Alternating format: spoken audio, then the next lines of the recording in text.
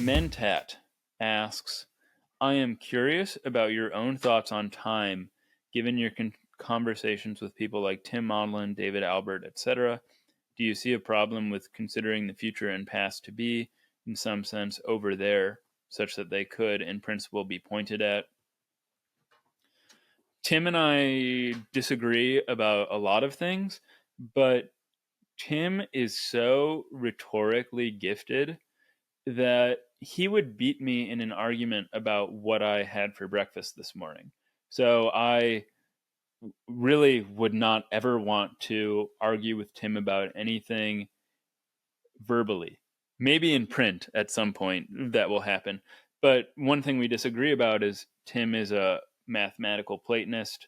So I don't agree with that. But I do agree with Tim that generally speaking, let's see how I should put it.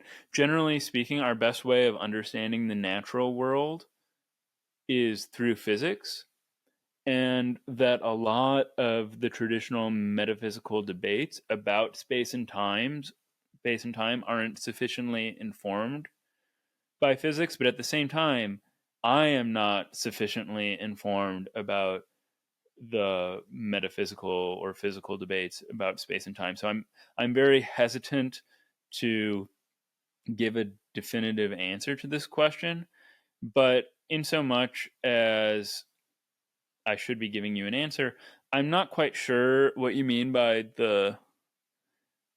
do I see a problem with considering the future and past to be, in some sense, over there, such that they could in principle be pointed at. I suppose, if you had a four-dimensional finger, then on some views of space and time, you could point to the past or the future. But I guess linguistically, we kind of point or refer to the future or the past with words like yesterday or tomorrow.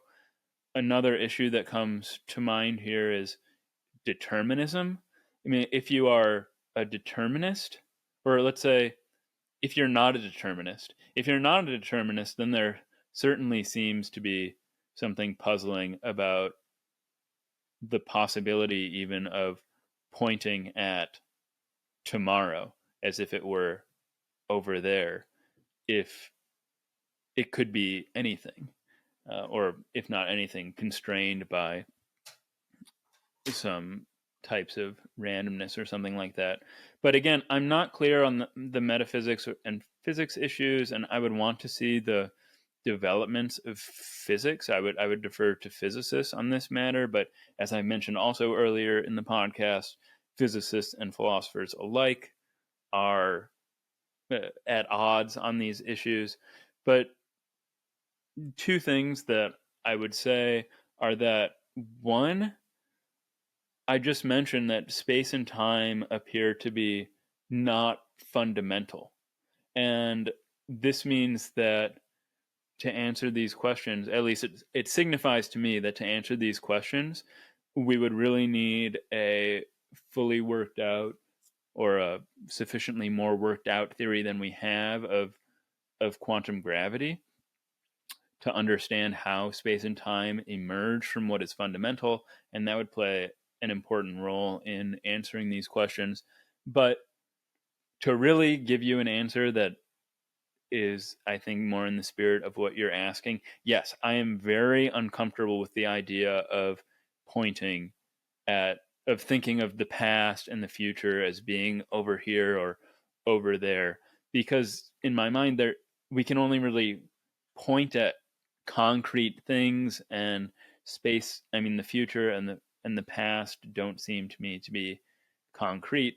Again, I know that this is very confused, but I would probably want to identify with somebody like Lee Smolin, who identifies himself as a radical presentist. The only thing that really exists in the truest sense of the word is the present. And that's what I would want to say. But of course, there are physical and metaphysical issues with this.